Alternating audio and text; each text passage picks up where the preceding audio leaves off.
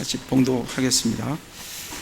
디모데후서 4장 1절에서 22절 말씀입니다.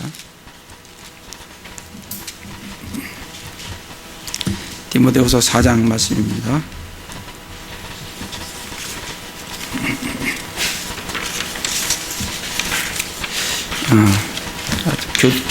교독하도록 하시겠습니다.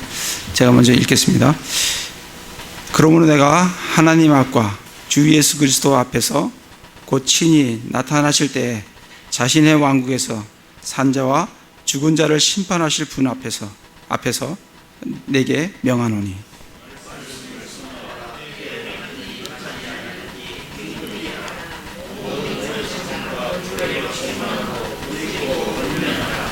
때가 이르리니 그들의 건전한 교리를 견디지 못하며 귀가 가려워 자기 욕심대로 자기를 위해 선생들을 쌓아두고,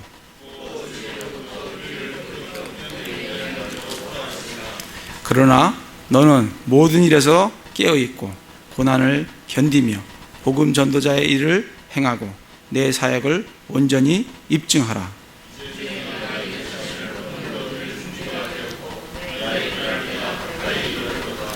내가 선한 싸움을 싸우고 나의 달려갈 길을 마치고 믿음을 지켰은즉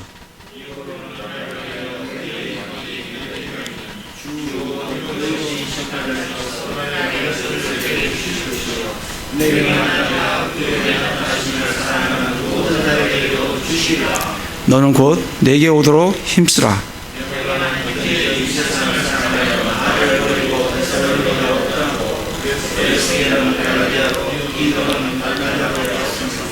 오직 누가만 나와 함께 있느니라.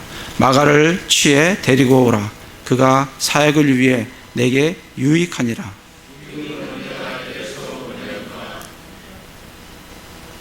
내가 올 때 내가 드로아에서 가보에게 맡겨놓은 겉옷을 가져오고 또 책들을 가져오되 특별히 양피지들을 가져오라.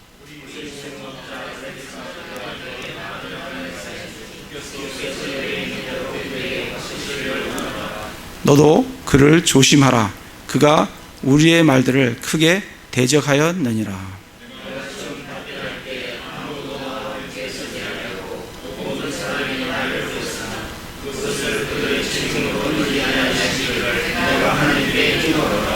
그럼에도 불구하고 주께서 나와 함께 서서 나를 강건하게 하셨으니 이것은 나로 말미암아 그 선포한 말씀이 온전히 알려져서 모든 이방인들이 듣게 하려 하심이라. 내가 사자의 입에서 구출되었느니라.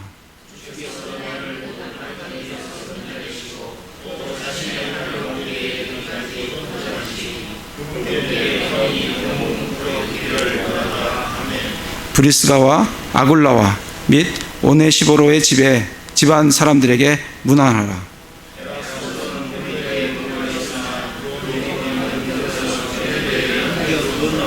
너는 겨울이 되기 전에 오도록 힘쓰라.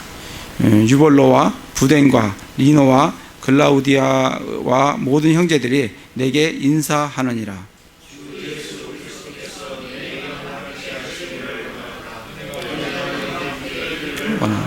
아멘.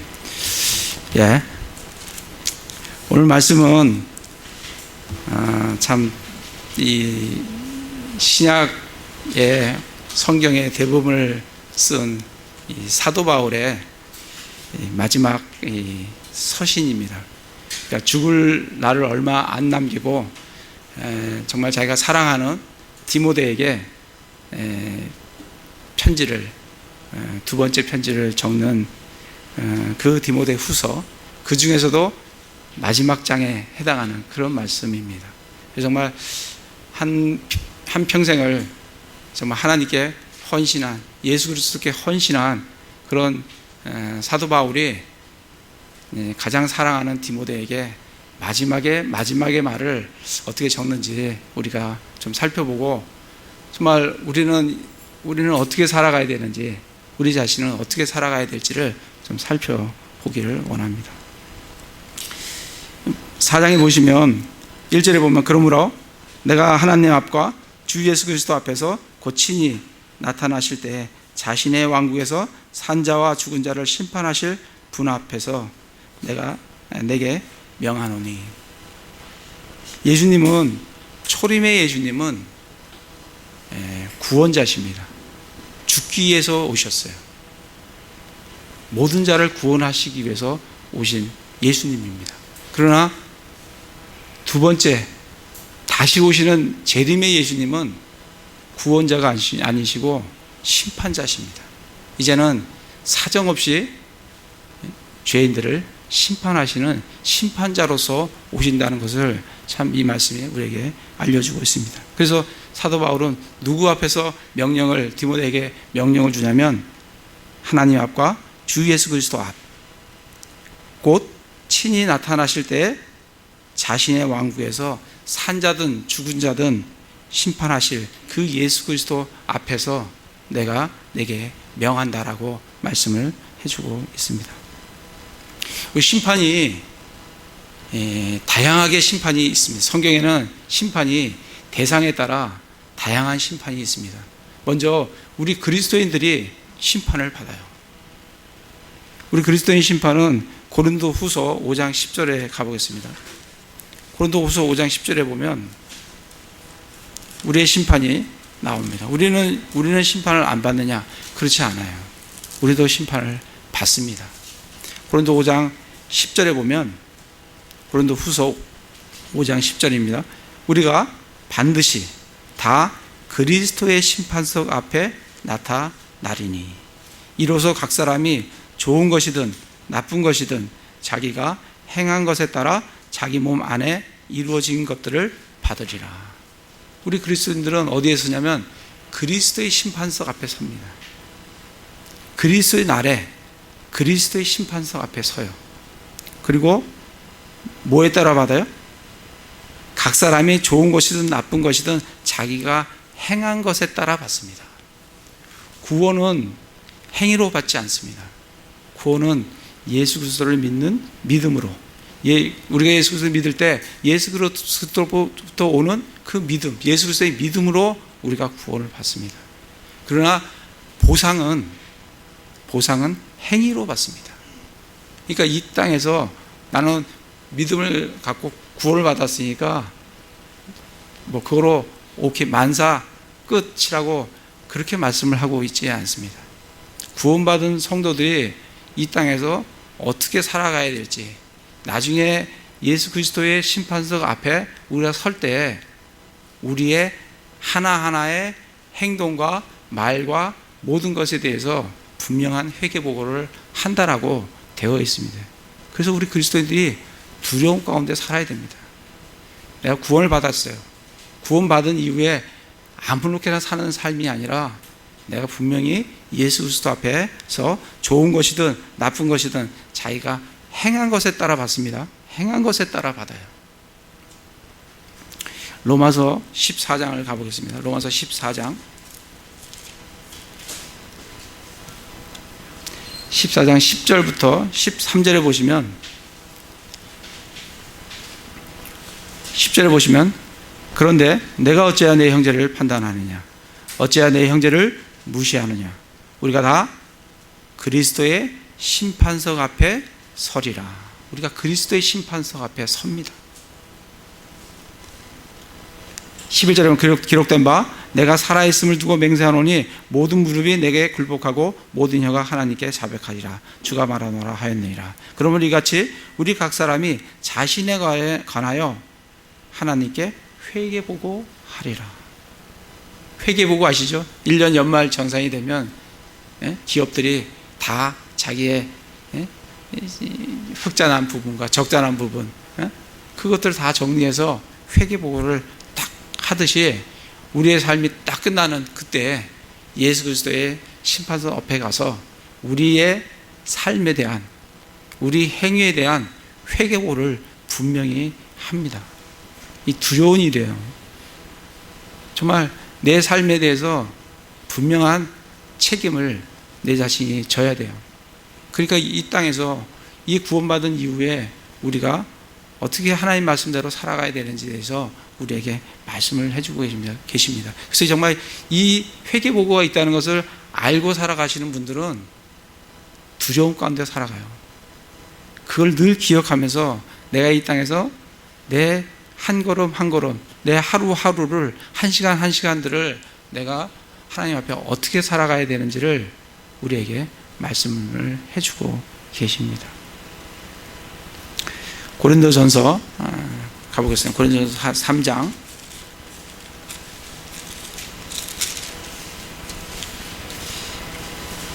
8절부터 15절 말씀인데, 8절에 보면 이제 심는 자와 물 주는 자는 하나이며 저마다 자기의 수고에 따라 자기의 보상을 받으리라.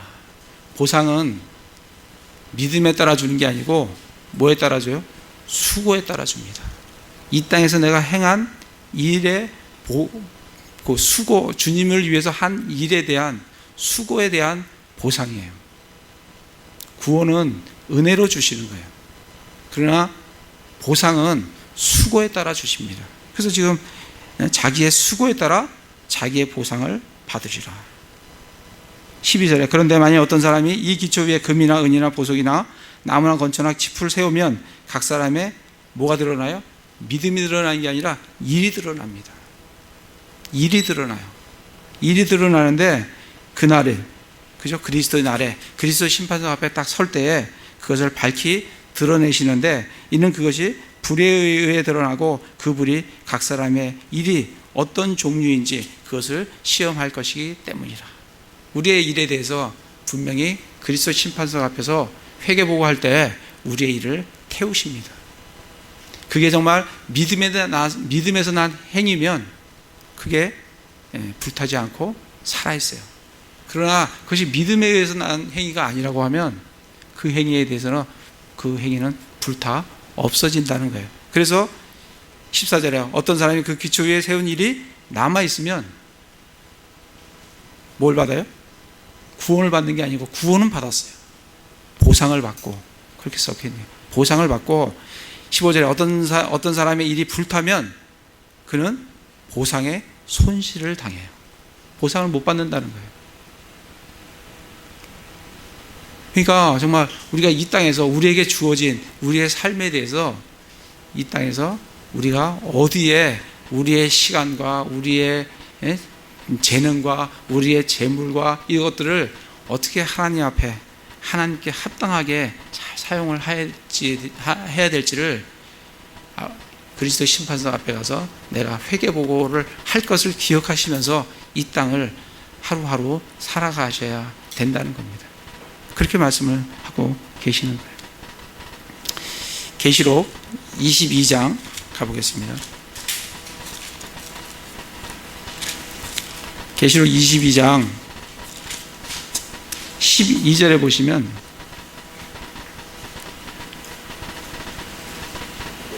보라 내가 속히 오리니, 예수님이 다시 오십니다. 속히 오리니 내가 줄 보상이 내게 있어. 보상을 말씀하시는 거예요. 보상이 내게 있어. 각 사람에게 뭐에 따라 주세요? 그의 행위에 따라 준다는 거예요. 우리가 행위로 구원을 받지 않지만 그렇다고 해서 행위가 쓸모없는 게 아니에요.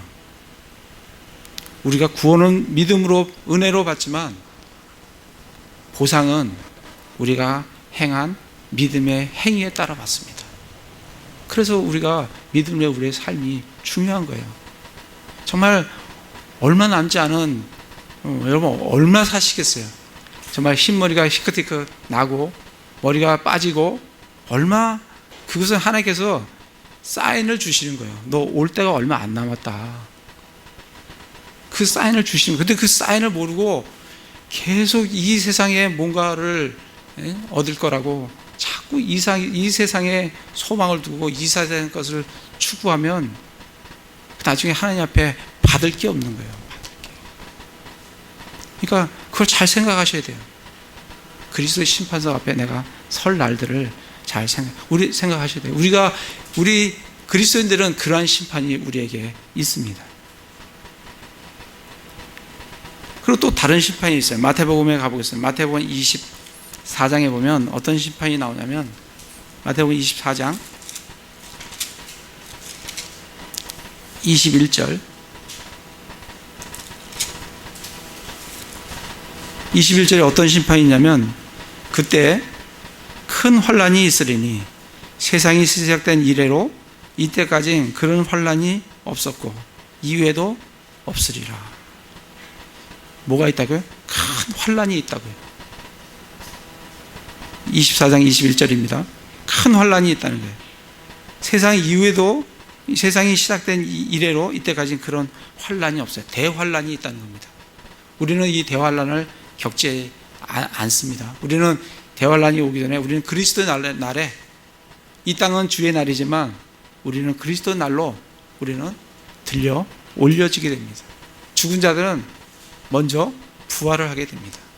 그리고 그리스도에게로 올려져서 예수님을 만나고 거기서 우리는 그리스도의 심판석 앞에 서게 돼요. 그리스도인들은 그렇게 서요. 그러나 이 땅은 주의 날이 시작이 되면서 큰 환란이 이 땅에 이제 시작이 된다는 거예요. 그 큰 환란이 믿지 않는 자들에 대한 심판이에요. 7년간 하나님께서 이 땅을 믿지 않는 자들을 심판을 하실 겁니다.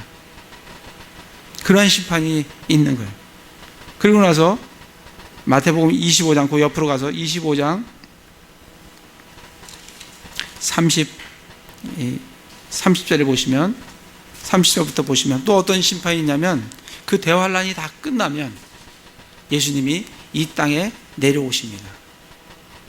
거룩한 천사들과 함께 그리고 믿었던 그리스도인들과 함께 이 땅에 내려오세요. 내려오시면 30절에 너희는 이 무익한 종을 바깥 어두움 속에 내던지라. 거기서 슬피 울며 이를감이 있으리라 하니 사람의 아들이 예수님이 자기의 영광 중에 모든 거룩한 천사들과 함께 올 때 이때는 이 땅에 재림을 하시는 거예요. 올 때 자기의 영광의 왕좌에 앉아서 모든 민족들을 자기 앞에 모으고 이들은 대환란을 통과한 자들이에요. 모으고 목자가 염소들로부터 자기 양들을 갈라내듯 그들을 일일이 분리하여 양들은 자기 오른편에 2대 염소들은 왼편에 두리라. 그러니까 대환란 동안 짐승의 표를 받지 않고 끝까지 견딘 자들은 어디에 서게 돼요? 오른편에 서게 되는 거예요. 그러나 그 대환란 때 짐승의 표를 받고 견디지 못한 사람들 그러나 살아남았어요. 그 자들은 어디서요? 왼편에 서게 된다고요. 그들을 심판을 하시겠다는 거예요. 그래서 34절 그때 왕이 자기 오른편에 있는 자들에게 믿음으로 끝까지 대환란을 견딘 자들, 우리들은 여기에 들어가지 않습니다. 여기는 믿지 않는 자들인데 7년 대환란을 견딘 자들이에요. 여러분 그건 견디기가 너무 힘든 거예요. 못 견딥니다. 어떻게 그걸 견디는 사람은 대단한 거예요. 이 사람들도. 근데 그 사람들에게 오른편에 있는 자들에게 오라 내 아버지께 복받은 자들아 너희는 세상의 창건 이후로 너희를 위하여 예비된 왕국, 이게 이제 땅에 서는 하늘의 왕국이에요. 이 땅의 하늘의 왕국을 상속받으라는 겁니다. 그리고 41절에 보면 그때 그가 왼편에 있는 자들에게 끝까지 견디지 못한 자들, 짐승의 표를 받고 타협한 자들, 그들에게는 저주를 받은 자들아 너희는 내게서 떠나 마귀와 그의 천사들을 위하여 예비된 영존한 불에 들어가라 하고 지옥불로 던져 넣으시겠다는 거예요. 이게 천년왕국, 그러니까 하늘의 왕국이 시작되기 직전에, 바로 전에, 대환란 이후에 바로 끝날 그때 그 시점에 민족들을 심판하시는 겁니다.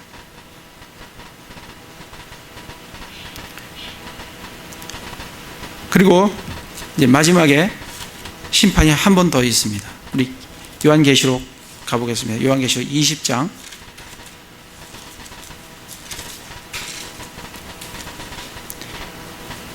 20장에 보시면 이제 천년왕국이 시작됐어요. 아까 예수님께서 거룩한 천사들과 함께 그의 왕좌에 앉아서 민족들을 심판하시겠다고 하셨어요. 그리고 하늘의 왕국이 시작이 돼서 그 하늘의 왕국은 몇 년 동안 지속되냐면 1000년간 지속돼요. 그래서 1절부터 보면 20장 4절 이렇게 보시면 4절 맨 끝에 보면 그들이 살아서 그리스도와 함께 1000년 동안 통치하되, 6절에도 보면 1000년 동안 그분과 함께 통치하리라. 이렇게 예수 그리스도를 믿는 자들과 또 환난기 때 순교한 자들, 목배인 자들, 그들이 살아서 1000년간 통치를 하게 됩니다. 예수님과 함께 하고 나서 7절에 보면 1000년이 참회, 1000년이 끝났어요. 6절과 7절 사이에는 이게 1000년이라는 시간이 흐른 거예요. 1000년이 참회, 사탄이 풀려나게 됩니다. 그리고 나서 11절에 또 내가 크고 큰 흰 왕자와 그분 위에 앉으신 분을 보니, 하나님께서 큰 왕자 위에 앉으셔서 천년 왕국이 끝나는, 하늘의 왕국이 끝나는 그 시점에 심판이 또 있다는 거예요. 어떤 심판이냐면 12절에 또 내가 보니 봄에 죽은 자들이 작은 자나 큰 자나 할 것 없이 하나님 앞에 서 있는데 책들이 펴져 있고 또 다른 책이 있었으니 그 생명책이라. 죽은 자들의 부활이에요. 이제 죽은 자들이 다 살아납니다. 그들이 누구 앞에서? 흰 왕자 하나님 앞에서 죽은 자들이 부활해서 심판을 받게 됩니다. 보시면 죽은 자들이 다 자기 행위에 따라, 이들이 행위에 따라 심판받아요. 책들에 기록된 그것들에 근거하여 심판을 받았더라. 바다가 자기 속에 있던 죽은 자들을 내주고 부활한다는 거예요. 사망과 지옥도 자기 속에 있던 죽은 자들을 넘겨주매 그들이 각각 자기 행위에 따라 심판을 받았고, 이게 마지막 심판이에요. 하늘 왕국이 끝나는 그 시점에 믿지 않고 죽었던 자들의, 죽은 자들의 부활로 그들을 하나님께서 심판을 하신다는 것을 우리에게 보여주고 계십니다. 다시 디모데후서에 와서, 그래서 지금 사도 바울이 지금 4장 1절에 그러므로 내가 하나님 앞과 주 예수 그리스도 앞에서 곧 친히 나타나실 때 자신의 왕국에서 산자와 죽은 자를 심판하신다는 거예요. 살아있는 자, 아까 민족들의 심판을 보셨죠? 그리고 죽은 자들 1000년 후에 죽은 자들을 다 부활시켜서 하나님 앞에서 심판을 하시겠다는 거예요.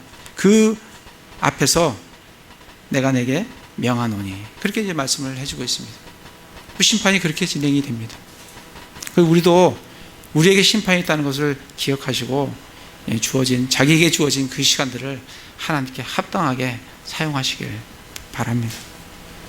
그러면서 사도 바울이 2절에 디모데에게 명령을, 그분 앞에서 명령을 주는데, 무슨 명령을 주냐면 말씀을 선포하라. 때에 맞든지 맞지 아니하든지 긴급히 하라. 모든 오래 참음과 교리로 책망하고 꾸짖고 권면하라. 제일 먼저 주는 게 뭐냐면 말씀을 선포하라는 거예요. 때에 맞든지 맞지 아니하든지, 시즌이 됐든 시즌이 되지 않았든, 우리 그런 거 있잖아요. 뭐 스키 시즌이다 그러면 스키는 그 시즌에만 타잖아요. 그죠? 그리고 뭐 여름에 시즌이면 해변가 가는 게 시즌이 있잖아요. 근데 말씀 전하는 데는 그런 시즌이 없다는 겁니다. 시즌이 있든 되든 안 됐든 간에 우리가 긴급히 해야 될 것은 말씀을 선포하라는 겁니다. 사도행전 9장을 한번 가보겠습니다. 사도 바울이 회심을 딱 한 이후에 제일 먼저 했던 게 뭔지 우리가 한번 살펴보도록 하겠습니다.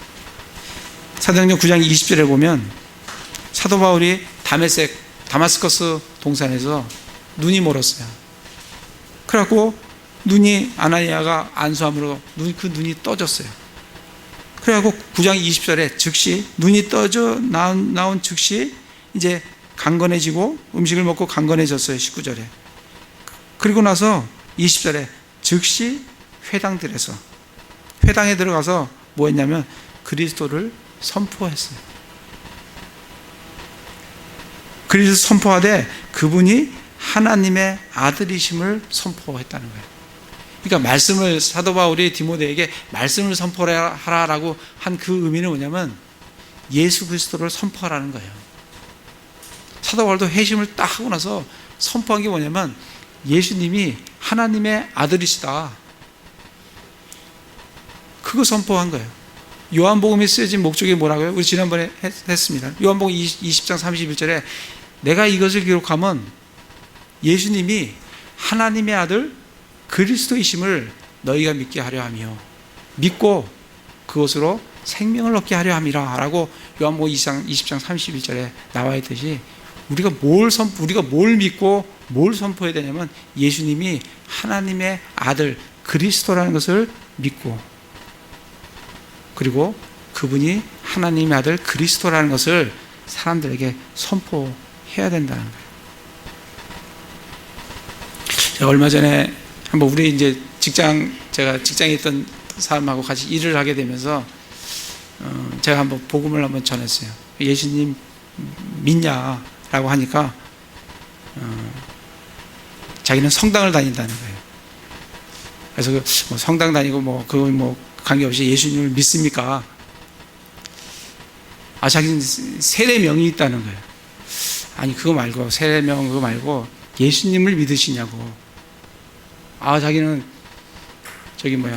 성지순례를 갔다 왔대요. 성지순례 어디 다녀오셨으니까 터키를 갔다 왔대요. 그거 말고 예수님을 믿으시냐고. 우리는 마리아를 통해서 기도한대요. 아니 왜 마리아를 통해서 기도합니까? 그랬더니 마리아가 예수님을 안고 있지 않습니까? 그 마리아를 통해서 기도하면 예수님이 얼마나 더 잘 들어주시겠습니까? 아니 그거 말고 예수님을 믿으시냐고. 기독교는 그 천주교에서 나온 거 아니에요? 아니 예수님을 믿으시냐고. 결국 예수님 믿는다는 말을 결코 안 해요. 결코 안 해요. 이 천주교가 그렇습니다. 이 카톨릭이 그래요. 그래서 나중에 기독교는 왜 이렇게 편협적이고 이렇게 얘기하는, 성경 전체에서 얘기하는 게 뭘 얘기하느냐면 예수님이 누구시냐 그거 얘기하려고 이 두꺼운 성경이 쓰여졌는데 그건 어디 가서 없고 주변 얘기만 계속 하는 거예요. 사도 바울도 지금 눈이 딱 떠지고 딱 회복됐을 때 그가 제일 먼저 한 게 뭐냐면 예수님은 그리스도시다, 그분이 하나님의 아들이시다. 하나님의 아들이라는 의미는 하나님이라는 의미입니다. 이 유대인들 그렇게 알아들어요. 하나님의 아들 그러면 하나님이에요. 소가 새끼를 낳으면 뭐예요? 송아지. 말이 새끼를 낳으면 망아지. 송아지는 소예요? 소 아니에요? 송아지는 소예요. 하나님의 아들이라는 의미는 하나님이라는 의미예요. 같은 의미예요. 그러니까 예수님이 그리스도시요 하나님의 아들이시라는 것을 이 유대인들에게 회당에 가서 사도 바울이 제일 먼저 전한 게 그거예요. 그러니까 우리가 믿어야 될 게 뭐냐면 예수님이 하나님의 아들이시다고. 성경이 그걸 증언해 주시는 거예요. 그래서 예수님은 5,000명을 오병이어로 5,000명을 먹이신 거, 사람이 할 수 있습니까? 그 하나님의 아들이심을 보여주기 위해서, 문둥병을 낫게 하는 거예요. 하나님의 아들이심을 보여주기 위해서. 또 물 위를 걸으시는 거예요. 바다 보고 잠잠하라 하면 바다가 잠잠해지는 거예요. 하나님이시니까. 그걸 뭘 보여주시냐면 예수님이 하나님의 아들, 하나님이시요 그리스도심을 우리에게 증언해 주기 위해서 지금 복음서에서 그걸 우리에게 보여주고 있는 겁니다. 그걸 보고 우리가 뭘 알아야 되냐면 예수님은 하나님의 아들 그리스도시구나. 그리고 그분이 나의 죄를 위해서 십자가에 죽으셨구나. 내가 그 피로 말미암아 내 죄가 깨끗하게, 내 믿음, 내가 그분을 받아들임으로, 그 예수 그리스도의 믿음으로 내 죄가 깨끗하게 그분의 피로 깨끗하게 씻음을 받는 거구나. 근데 그걸 믿을 때 우리는 구원을 받습니다. 지금 사도 바울이 지금 말씀을 선포하라는 것은 그거 선포하라는 거예요. 그러니까 이 강단에서도 하나님 말씀만 선포돼야 되는 거고, 우리가 밖에 나가서 다른 사람에게 얘기할 때도 예수님이 누구시냐. 성경에 좋은 말씀, 불경에도 좋은 말씀 많이 있습니다. 그 좋은 말씀 선포라는 게 아니라 그것도 해야 되지만 우리가 핵심적으로 해야 될 게 뭐냐면 예수님이 누구신가, 그거를 선포. 내가 어떻게 구원을 받았는가, 내가 어떻게 구원을 받을 수 있는가, 그거를 선포하라고 지금 말씀을 해주고 있습니다.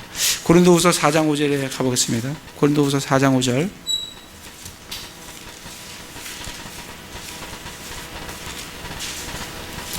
고린도후서 4장 5절에 보면 사도 바울이 우리는 우리 자신을 선포하지 아니하며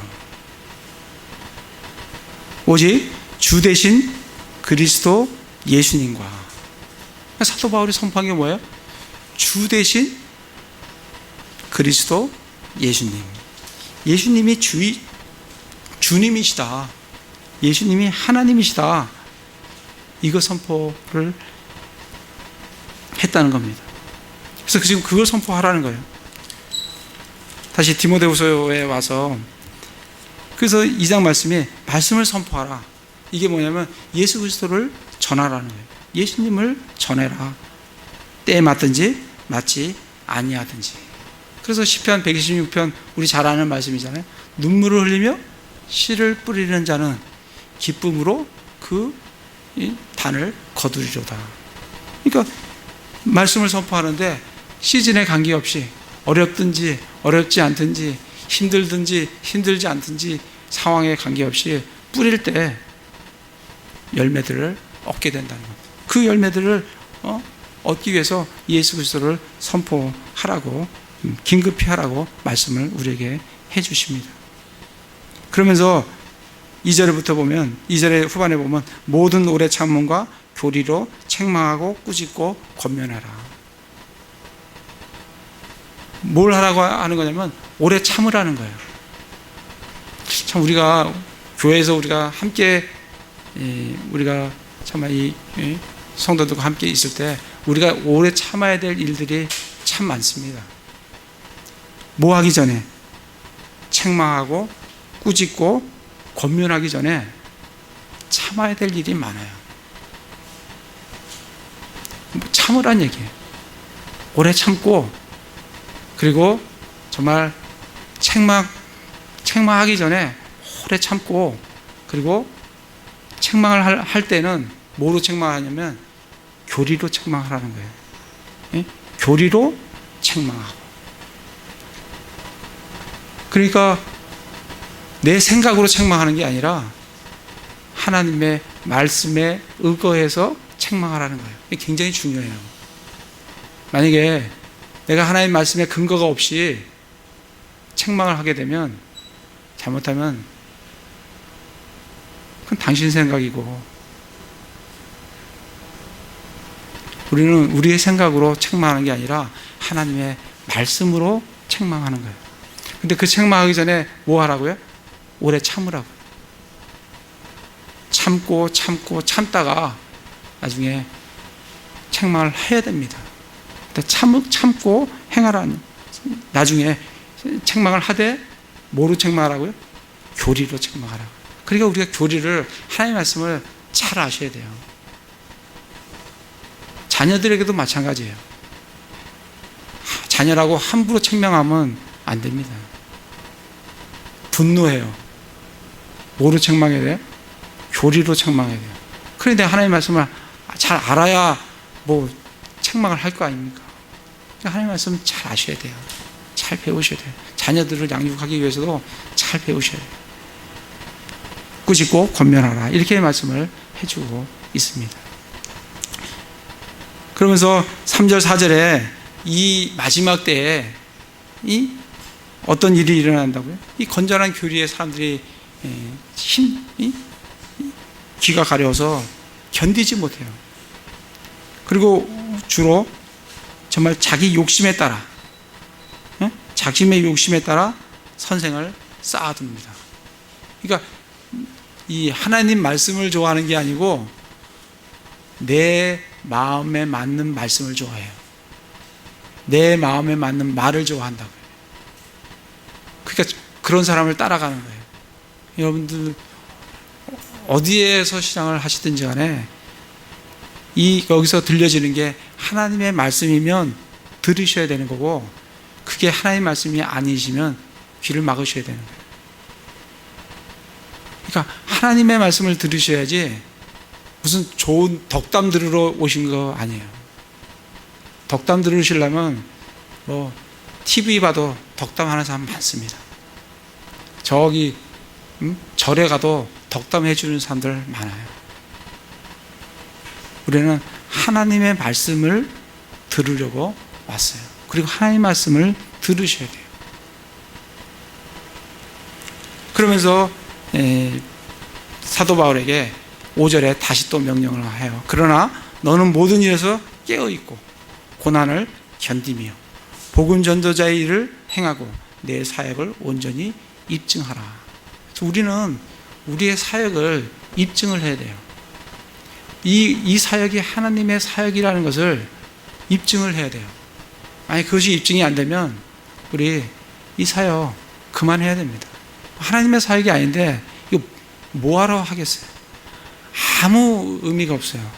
하나님 앞에 아무런 대가를 받지 못하는 사역이에요. 그러니까 그 사역이 정말 하나님의 사역이냐 이런 것을 입증을 해야 되는데, 입증을 하라는 거예요. 어떻게 입증을 해요? 2절부터 그 사역이 말씀을 선포하는 사역이냐, 말씀을 선포하라 했잖아요. 때에 맞든지 안 맞든지 말씀을 선포하는 사역이냐, 그 강단에서 말씀이 선포되어지고 있느냐, 오래 참고 교리로 책망하고 꾸짖고 권면하고 있느냐,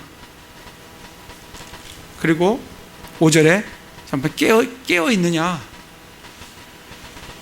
복음의 고난을 견디고 있느냐,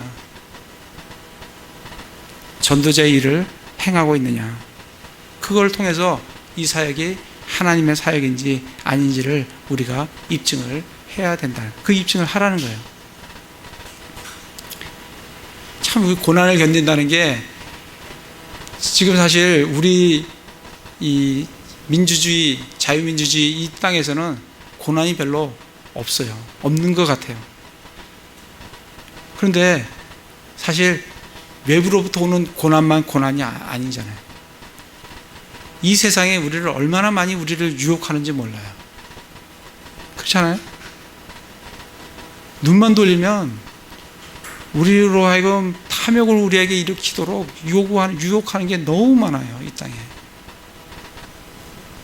그거를 거부하고 하나님의 말씀에 따라 살고자 하는 믿음의 선한 싸움을 싸울 때 엄청난 고난을 자기 스스로 받고 있는 거예요. 그 고난을 감당하느냐는 거예요. 이 세상에서 그러한 유혹으로부터 하나님의 은혜가 그것을 거부하도록 우리에게 가르쳐 준다고 말씀을 하셨잖아요. 그런 고난이 우리에게 있다고요. 보이지 않는, 눈에 보이지 않는 육체적인 고난만이 아니라 그러한 고난이 우리에게 있습니다. 그런 고난을 지금 잘 견디고 있느냐, 그런 사역인지를 입증을 해라라고 말씀을 해주고 있습니다. 그러면서 6절부터 8절까지는 사도 바울의 삶을, 자기의 삶을 정말 아주 요약해서 딱 말씀을, 나는 이렇게 살고 나는 주님께로 간다. 여러분들 우리도 좀 생각해 볼 필요가 있어요. 내가 내 삶을 마칠 때 내 자녀들에게 또 내 주변 사람들에게 내가 무슨 말을 하고 이 세상을 떠날까? 사도 바울은 지금 6절부터 8절을 디모데에게 이 말씀을 하고 자기는 떠나갑니다. 뭐라고 얘기해요? 이제 내가 내 자신을 헌물로 드릴 준비가 되었고. 사도 바울은 준비한 사람이에요. 뭘로? 자기의 몸을, 자기의 자신을 하나님께 헌물로 드릴 준비를 하면서 살았던 사람이에요. 우리도 이 준비를 하시며 살으셔야 돼요. 그래야 내가 언제 내가 죽음이 내 앞에 탁 다가올지 모르는데 그때 내가 이 말을 할 수가 있어요. 그렇지 않으면 나 아직 준비가 안 됐는데,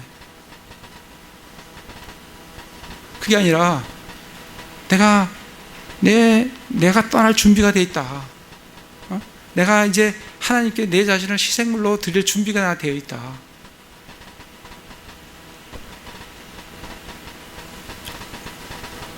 로마서 한번 가보겠습니다. 로마서 12장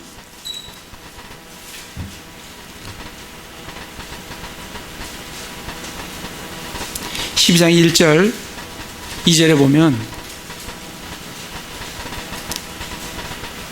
그러므로 형제들아, 내가 하나님의 긍휼을 힘입어 너희에게 간청하노니 너희는 너희 몸을 거룩하고 하나님께서 받으실 만한 살아있는 희생물로 드리라. 그것이 너희의 합당한 섬김이니라. 우리의 몸을 하나님이 기뻐하시고, 그리고 몸을 거룩하고 하나님께서 받으실 만한 살아있는 희생물로 날마다 드리고 있는 분들은 날마다 드릴 준비가 되어 있는 분들이에요. 2절에 보면 너희는 이 세상에 동화되지 말고 오직 너희 생각을 새롭게 함으로 변화를 받아 하나님의 그 선하시고 받으실 만하며 완전한 뜻이 무엇인지 입증하도록 하라. 내 생각이 주로 뭐에 사로잡혀 있으세요? 자신의 생각이 자신입니다. 내가 주로 하루 동안에 뭘 많이 생각하느냐, 그게 자기 자신이에요. 주로 돈에 관련된 걸 많이 생각하시면 그런 분이에요. 육신적인 걸 많이 생각하면 자기 자신이 그런 사람이라고. 정말 매일 생각하는 게 하나님의 말씀이고, 하나님의 말씀에 따라 어떻게 살 수 있을까라고 생각하면 그가 그런 사람이라고. 우리는 그런 사람을 살 때 내가 떠날 준비를 지금 준비하고 있는 거예요. 그럼 언제 내 생애가 끝날지 모르지만 딱 끝나게 될 때 사도 바울과 같이 내가 내 자신을 헌물로 드릴 준비가 되었고, 그렇게 우리가 고백할 수 있으시길 바랍니다. 다시 디모데후서에 와서 사도 바울은 6절에 보면 이제 내가 내 자신을 헌물로 드릴 준비가 되었고, 준비한 사람이에요. 나의 떠날 때가 가까이 이르렀도다. 이게 지금 사도 바울이 이게 언제 쓰여진 거냐면 65년도에 썼어요. 근데 빌립보서는 언제 썼냐면 빌립보서는 62년도에 썼어요. 근데 빌립보서에 사도 바울이 62년도에 썼을 때 뭐라고 얘기하냐면, 한번 가보겠습니다. 빌립보서 1장.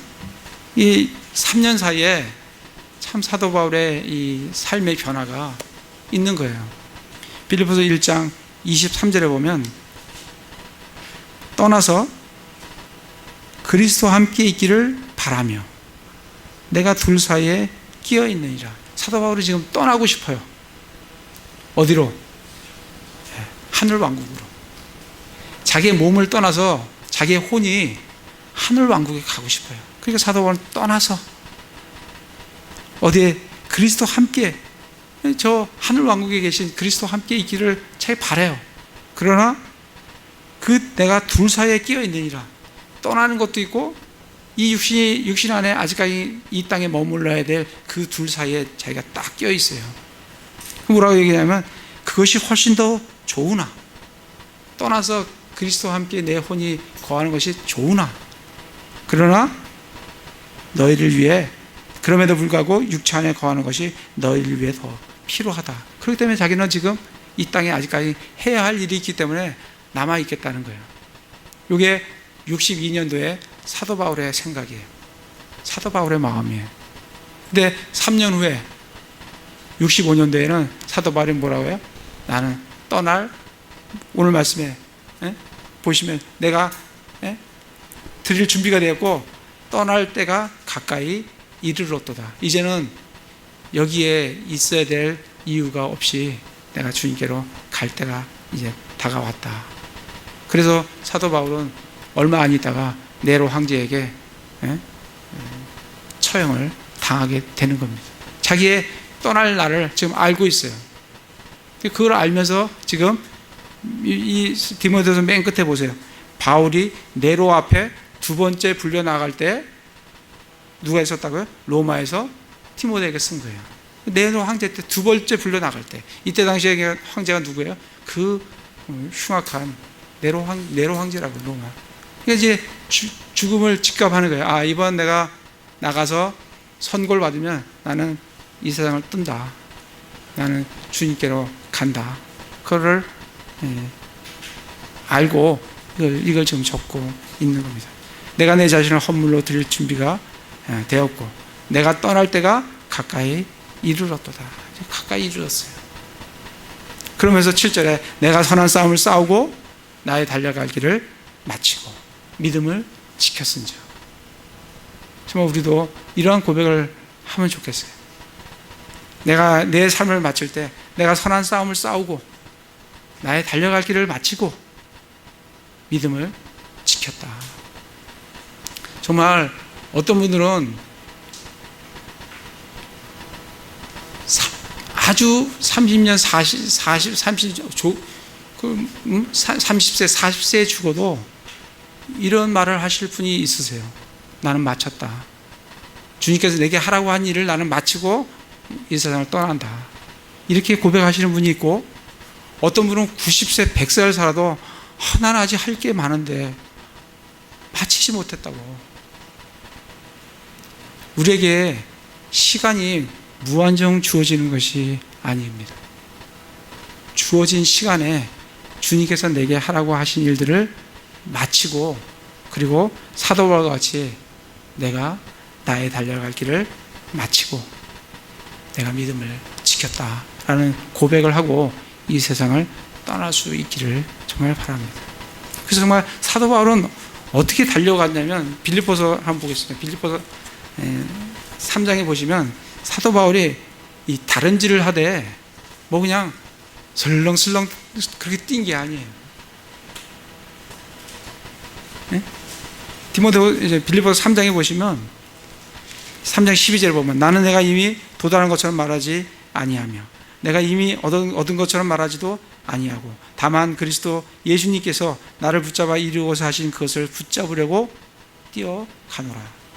그러면서 13절 형제들아 나는 내가 이미 붙잡은 줄로 여기지 아니하고 다만 이 한 가지 일을 행하나니 곧 뒤에 있는 그것들을 잊어버리고 앞에 있는 그것들에 도달하려고 나아가 그리스도 예수님 안에서 하나님의 높은 부르심의 상을 받으려고 푯대를 향해 밀고 나아가노라. 사도 바울에게는 푯대가 하나 딱 있었어요. 그 푯대를 향해서 다름질하는 거예요. 푯대가 여러 개 있으면 안 돼요.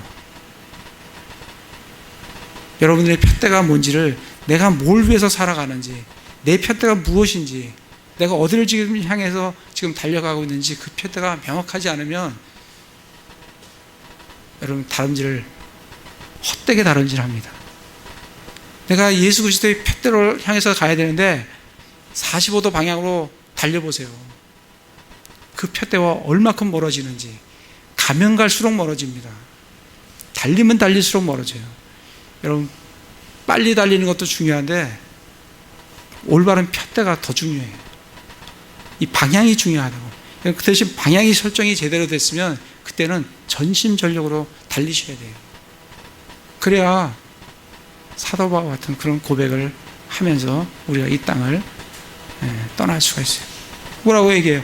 그리스도 예수님 안에서 하나님의 높은 부르심의 상을 받으려고 푯대를 향하여 밀고 나아간다. 그렇게 사도 바울이 고백을 하고 있습니다. 다시 디모데 후서로 와서, 그래서 사도 바울은 내가 선한 싸움을 싸우고 나의 달려갈 길을 마치고 믿음을 지켰은즉 이후로는 나를 위하여 의의 관이 예비되어 있나니 주 곧 의로우신 심판자께서 그날에 그것을 내게 주실 것이요 내게만 아니라 그분의 나타나심을 사랑하는 모든 자에게도 주시리라. 자기를 위해서 뭐가 예비됐다고요? 의의 관이 예비되어 있다는 거예요. 그 누구에게만, 자기에게만 줄 것이 아니라, 주실 것이 아니고 예수 그리스도를 예수 그리스도의 나타나심을 사모하는 자들에게도 그들에게도 그 의회관이 동일하게 주어진다는 거예요. 그러니까 상은 사도 바울만 받는 게 아니에요. 우리도 다 받을 수가 있어요. 내가 어떻게 이 세상을 살아가느냐에 따라서 내가 하나님으로부터 예수 그리스도 심판석 앞에서 내가 관을 받게 된다.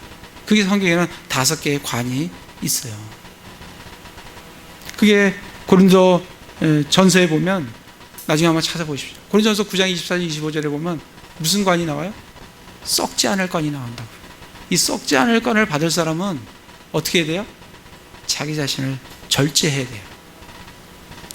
이 달리는 사람이, 이 운동선수가 절제하지 못하면 그는 운동선수의 일단 이 기본 자격에서 박탈이 될 수가 없는 거예요. 그러니까 썩지 않을 관을 얻을 사람은 자기 자신을 절제할 줄 알아야 돼요. 내 시간을 절제하면서 사용하고, 내 재물을 절제하면서 사용하고, 내 몸을 드려야 될 곳과 드리지 말아야 될 곳이 있는 것을 절제하면서 사셔야 된다고. 그래야 나중에 그리스도 심판석 앞에 가서 썩지 않을 관을 받으신다.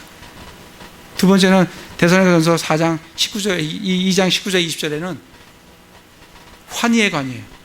그 환희의 관은 누구에게 주어지냐면 복음을 전한 사람들. 여러분이 복음을 전했으면 그 복음으로 말미암아 그들이 예수 그리스도를 믿게 되었을 때 나중에 예수 그리스도 앞에 가서, 그 심판상 앞에 가서 그들이, 예수님께서 그들을 그 앞에 보여주실 거예요. 네가 너의 복음으로 인해서 이들이 너의 말을 듣고 이들이 구원받았다. 그 사람들이 뭐라고요? 나의 환희의 관이 된다고요. 그게 데살로니가전서 2장 19절 20절 말씀이에요. 그리고 세 번째 관은 오늘 말씀에 예수 그리스도를 나타나심을 사모하는 거예요. 그러면 의의 관, 이 땅에 소망을 두지 않고 자꾸 이 땅 것을 생각하면 예수 그리스도가 나타나심이 소망이 안 돼요. 이 땅에 소망이 없어야 예수 그리스도가 아멘 주 예수여 어서 오시옵소서, 그게 소망이 된다고요. 그 소망 가운데 살아가는 사람에게 뭘 준다고요? 의의 관을 주신다고요. 네 번째는 야고보서 2장 12절에 생명의 관이에요. 우리가 이 땅을 살아가다 보면 우리에게 고난이 닥쳐요. 환난이 닥쳐요. 어려워요. 핍박이 있어요. 그거 견디라는 거예요. 그거 잘 견디면 그거에 따라서 내가 너에게 생명의 관을 주겠다는 겁니다. 그리고 마지막 베드로전서 5장 1절에 4절에서는 영혼들을 말씀으로 그들을 잘 먹이고 그들을 잘 양육하라는 거예요. 여러분들 말씀을 잘 배우셔서 여러분 주변들에게 복음 전할 뿐만 아니라 그 사람을 이 말씀으로 잘 양육하는 거예요. 그러면 무슨 관이 주어져요? 영광의 관이 주어진다라고 베드로전서의 5장 1절에 4절에서 나오는 말씀이에요. 이 5가지 관이 있어요. 이 관을 잘 보시면 2가지로 구분되어 있어요. 2개는 사역에 관한 관이고 3가지는 내 자신에 관한 관이에요. 복음을 전하고 사람들 양육하는 그 환희의 관과 영광의 관은 우리가 사역을 어떻게 하느냐에 따라서 받는 관이에요. 그러나 나머지 3개는 그렇지가 않아요. 내가 얼마나 내 삶을 절제했느냐, 내가 얼마나 예수 그리스도의 나타나심을 소망 가운데 살아갔느냐, 내가 환난을, 핍박이 있을 때 내가 얼마나 그걸 잘 견뎌내느냐, 믿음으로 잘 견뎌내느냐, 그거에 따라 주어지는 상이에요. 정말 우리 그리스도 심판상 앞에 가면 어떤 분은 이 5가지 상을 다 받는 오관왕이 있을 수도 있고 어떤 분은 관이 하나도 없는 분도 있어요. 그것을 기억하시라고. 여러분의 시간이 그렇게 많이 있는 시간이 아닙니다.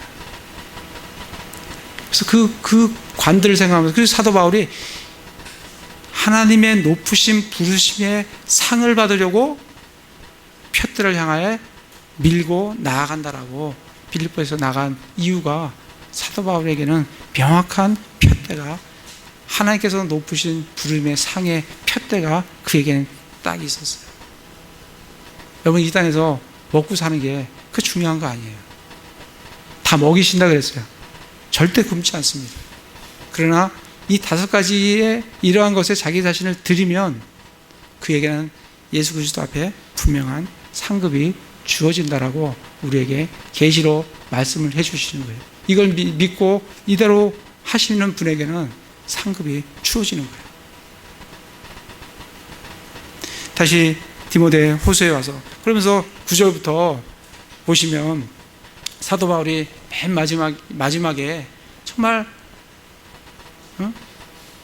마지막까지 사도 바울과 함께 하는 사람들이 어떤 사람들인가, 그걸 우리가 잘 볼 수가 있어요.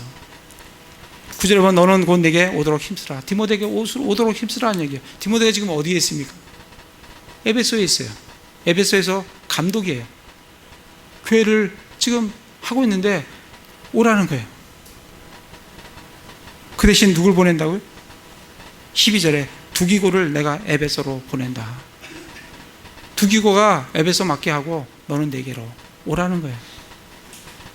사도 바울이 참 디모데를 보기를 원했어요. 그에게 뭔가를 또 말씀을 나누고 그에게 뭘 해주고 싶어서 아무튼 그를 불렀어요.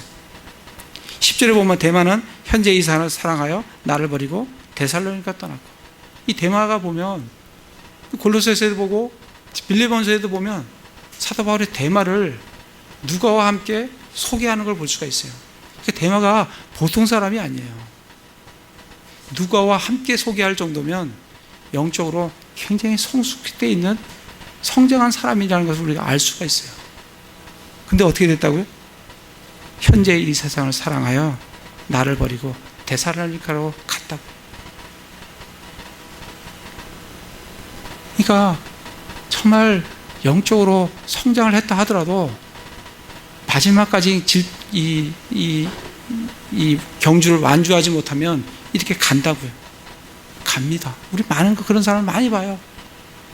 그러니까 여러분, 우리는 마지막까지 우리의 경주를 완주를 해야 돼요. 이 데마와 같은 사람은 거기서 말씀을 그렇게 적고 있잖아요. 그냥 버리고 갔다 이게 아니라 이 세상을 사랑하여 갔다는 거예요. 그러니까 이 세상을 사랑한다는 게 그렇게 강력해요. 이 세상의 유혹이 그렇게 강력하다고요. 이 세상의 유혹은 달콤합니다. 그러니까 이걸 버리고 이 상을 버리고 간다고요. 대만은 그런 사람이에요. 글리스게는 갈라디아로, 디도는 달마디아로. 디도는 어떤 사람이에요? 우리 다음번에 할 말씀이 디도서. 사도 바울이 직접 그에게 말씀을 써준 그 사람이 디도예요. 그 사람이 클레테 섬의 사역자라고요. 감독이라고. 근데 그도 갔어요. 여기 갔다는 게 여기서 어떤 분들은 사역을 하러 간 거 아니냐, 뭐 그렇게 볼 수도 있어요. 정확하게 뭐 표현이 안 돼 있으니까. 그러나 만약에 사역을 위해서 갔다고 하면 12절 같이 두기고는 내가 에베소로 보내었노라, 그렇게 말씀하시는 게 맞을 것 같아요. 근데 사도 바울이 데마와 함께 쓰면서 그도 갔다라고 할 때는 그도 사역을 버리고 떠난 것을 볼 수가 있습니다. 그 감독도 가요. 그리고 오직 누가가 아니고 오직 누가만 남아있냐면 누가가 남아있다는 거예요. 누가만 남아있는 게 누가 남아있냐면 누가가 남아있어요. 이게 말이 좀 어려운데 아무튼 누가만 지금 사도 바울과 함께 있어요. 지금 로마에서 지금 사도 바울을 지키고 있는 건 누구라고요? 누가만 딱 지키고 있다는 거예요. 그러면서 마가를 치해오라고. 마가는 어떤 사람이에요? 마가는 사도행전에 보면 1차 선교제 여행 때 사도 바울과 함께 갔다가 밤빌레에서 난 못하겠습니다 하고 돌아간 사람이에요. 그것 때문에 2차 선교 여행 떠날 때 바나바와 바울이 둘로 쪼개지잖아요. 그 쟁점에 섰던 사람이 누구예요? 마가라고요. 그런데 그가 베드로전서 5장 13절에 보면 베드로가 나의 아들 마가라고 소개를 합니다. 그러니까 그가 바나바와 함께 사역을 떠난 이후에 그는 누구에게 또 말씀을 배웠냐면 베드로에게 배웠어요. 그러니까 베드로가 나의 아들 마가. 근데 그가 지금 누구한테 유용해요? 사도 바울에게 유용하다고요. 그러니까 어떻게 해요? 나를 취해오라. 그가 사역을 위해 내게 유익하다고. 이걸 보면서 우리는 사도 바울의 이 성격을 분명히 알 수 있어요. 그는 자기 사역에 정말 이 해가 되고 방해가 된다고 하면 바나바와 함께 갈랐을 정도로 하면서까지 마가를 떼어내는 사람이 사도 바울이에요. 그런데 그가 유익하게 정말 사역에 유익하게 되었을 때는 그를 정말 포용하고 받아들이는 사람이 사도 바울입니다. 굉장히 강직한 사람이에요. 그걸 우리가 볼 수가 있습니다.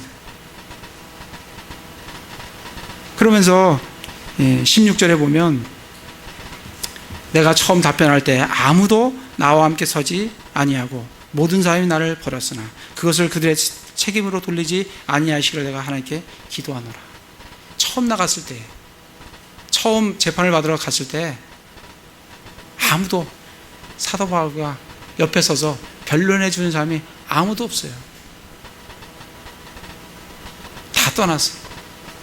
아무도 함께 있지 않아요. 그런데 그거를 그들의 책임으로 돌리지 아니한다. 오히려 17절에 보면 그럼에도 불구하고 주께서 나와 함께 서서 나를 강건하게 하셨으니, 우리를 끝까지 우리와 함께 해주시는 분은 사람이 아니에요. 우리는 사람을 믿지 않습니다. 사람은 믿음의 대상이 아니고 사람은 사랑의 대상이에요.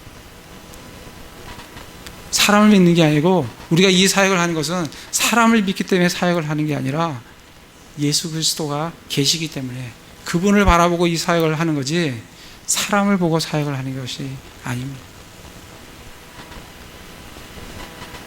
그래서 뭐라고 얘기하냐면 주께서 나와 함께 서서 나를 강건하게 하셨으니, 그래서 사도 바울을 강건하게 하시는 분은 주변에 있는 함께 사역하는 사역자들이 아니라 누구예요?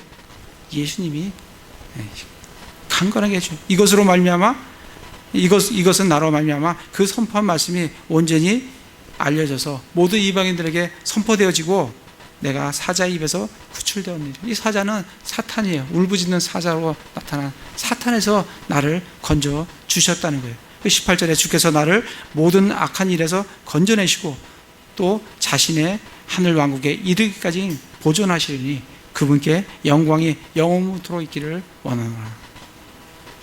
그래서 주님은 우리를 굳게 강건하게 해주시고 우리로 하여금 말씀을 선포하게 해주시고 사탄으로부터 우리를 구출해 주시고 모든 악한 일에서 건져내시고 자신의 하늘의 왕국에 이르기까지 우리를 보존해 주신다고요. 그 주님이 우리와 함께 계신다는 거예요. 그래서 마태복음 28장 19절 20절에 그러므로 너희는 가서 모든 민족을 가르치고 아버지와 아들과 성령의 이름으로 침례를 주며 내가 너에게 분부한 모든 것을 가르쳐 지키게 하라. 볼지어다 내가 세상 끝날까지 너희와 항상 함께 있으리라 하시니라. 우리는 그 약속을 붙들고 주님이 우리와 함께 하신다는 것을 붙들고 이 험악한 이 세상을 주님을 의지하면서 살아가는 게 우리들이에요. 그래서 정말 주님이 그렇게 사도 바울에게 그렇게 해주셨고 또 우리에게도 그렇게 해주십니다.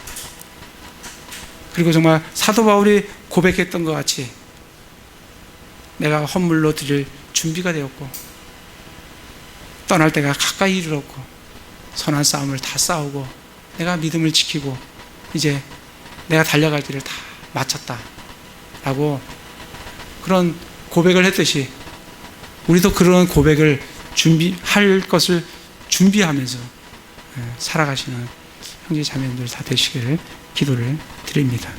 네, 제가 기도하겠습니다.